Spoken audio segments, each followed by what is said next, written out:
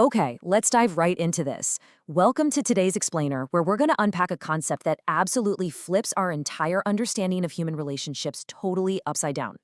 Look, we all have a family, right? Some of them bring us just endless joy, while others, well, frankly, they bring us endless headaches. But what if the people sitting across from you at the Thanksgiving dinner table aren't just there by biological chance? What if your family isn't just a product of random genetics, but is actually the result of a highly calculated, legally binding cosmic contract? Today, we are decoding the ancient, frankly mind-bending secrets of family karma. I want you to really stop and ponder a question for a second. Out of the billions, literally billions of families on Earth, out of the countless wombs you could have ended up in, why did your soul choose those exact two humans to be your parents? It's kind of the ultimate mystery, isn't it? I mean, we usually just write this off as a total coincidence. We accept the family we get, assuming we just drew a random ticket in the great lottery of life.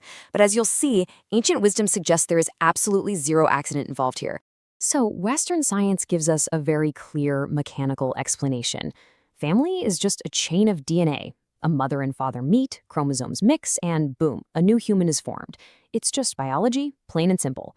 But the ancient Indian sages, they looked at this whole game through a completely different lens. They said, sure, the physical body is definitely made of genetics, but the soul?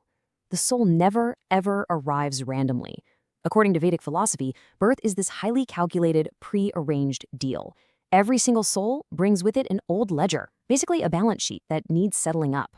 So the crucial point here revolves around this Sanskrit concept rin. Now, in standard Hindi today, this word usually just translates to debt or like a financial loan. But in the context of Vedic philosophy, it means something way, way deeper. Rin is an energy debt. It's an incomplete account between two souls that stretches back across multiple past lives.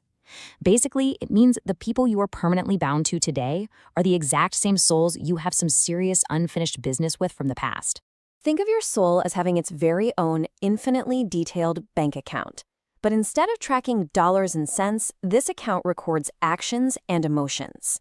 Every single instance of love, every moment of pain, every betrayal, sacrifice, or act of cruelty gets meticulously recorded right in this ledger. And here's the truly fascinating part. From these ancient texts, when you die, this account doesn't get closed out. No way. It just gets paused. When your next life begins, the universe essentially hits play again, and your soul actively seeks out the specific people with whom your balance is still incomplete. Now, this isn't just some fringe internet theory. It's a core principle repeated throughout monumental ancient texts, like the Bhagavad Gita and the Garuda Purana. They state it incredibly clearly. Without a past reason, no soul comes to another. So if you share a deep, profound love with someone today, the ancient texts say it points to a massive sacrifice you made for them in a past life. On the flip side, if someone brings you unexplained pain or constantly hurts you for no logical reason, well, that's a reverse debt payment. You're paying back a heavy toll from an old lifetime. And this brilliantly illustrates how astrology and Vedanta categorize these deeply personal family dynamics. They break it down into two distinct types of debt. On one hand, we've got pleasant debt, or prem rin. This is built on past love, service, and sacrifice, and it results in a peaceful, supportive family vibe in this life. But on the other hand, we have unpleasant debt, or apriya rin.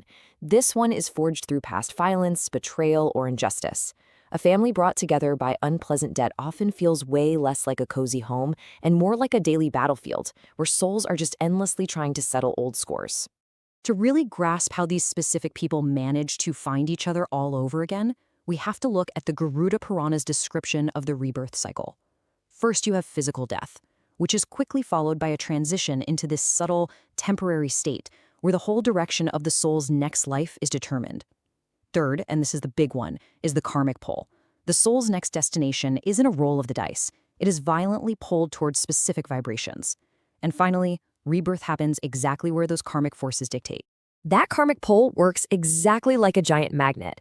Souls vibrating at the same karmic frequency literally pull each other across time and space. The source texts give this mind-bending example. The powerful bond you have with your mother right now, it might not be a new relationship at all. In a past life, she might have been your daughter and you were her father. Or maybe you were just friends and one of you saved the other's life, creating this massive debt of gratitude. So in this life, the roles swap. The one who owed the debt becomes the parent, giving endlessly, and the one who was owed becomes the child, happily receiving that care. This completely changes how we view sibling dynamics, doesn't it? I mean, have you ever wondered why, in the exact same household, raised by the exact same parents, one sibling feels like your absolute soulmate, while interacting with the other brings nothing but constant, exhausting tension? According to Vedic psychology, this is definitely not just a personality clash. The sibling you just click with represents a high prem rin, a deep, pleasant past life connection. But the sibling you constantly clash with, they represent an unresolved past life injustice, brought back together right under one roof so that bitter debt can finally be confronted. Look, we all have one.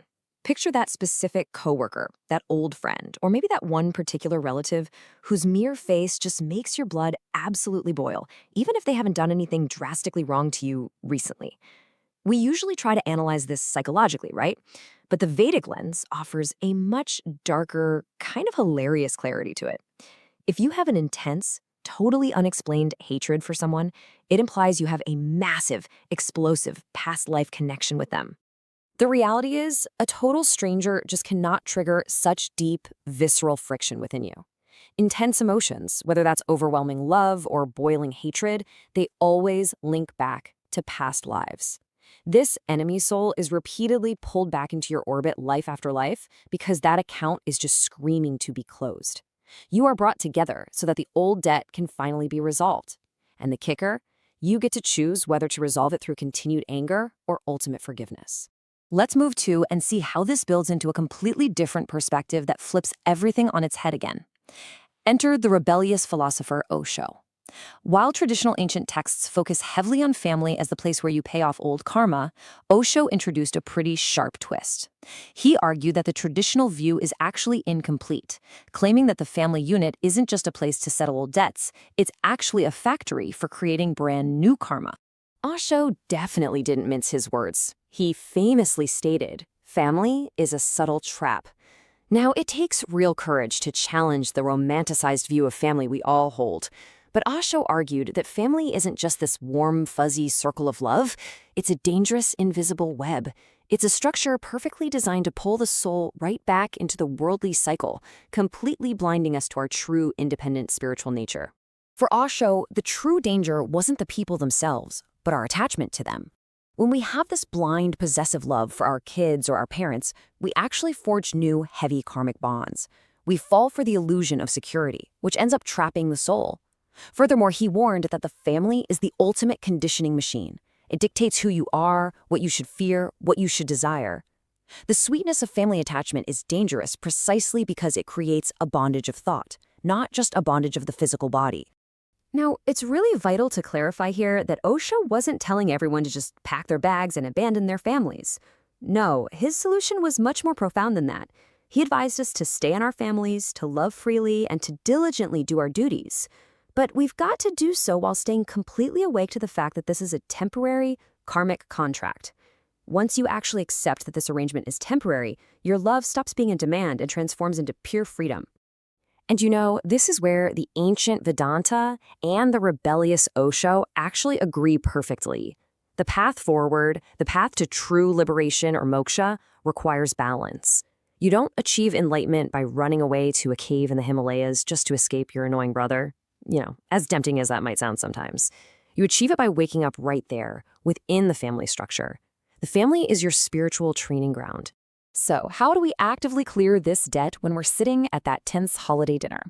It starts with a pretty major sequential mindset shift. You begin by seeing your frustrating relatives not as burdens, but as old soul companions who have returned to help you balance your books. From there, you replace your daily complaints with deep gratitude for the lesson they're forcing you to learn. And ultimately, that shift allows you to consciously choose forgiveness over blind anger. Now, what's truly empowering about all of this is that you have a choice in every single interaction. When someone in your family triggers you, reacting with blind anger, shouting, and ego is essentially swiping your cosmic credit card. You are creating new debt that you are definitely going to have to pay off in another lifetime. But if you pause, take a breath, and respond to that exact same trigger with love, forgiveness, and understanding, you are paying old debt. You're closing that specific account forever. So the next time you find yourself feeling entirely misunderstood by your family, the next time an argument is brewing and your blood starts to boil, I want you to pause and ask yourself this single, powerful question. In this exact moment, am I creating a new debt or am I finally paying off an old one? Let that thought linger the next time you look around your living room. Thanks so much for joining me on this Explainer Focused Learners. Keep questioning, keep observing, and I'll see you next time as we decode another fascinating mystery. Hey everyone! If you enjoy this, don't forget to like, share, and subscribe for more videos. Thank you so much for watching!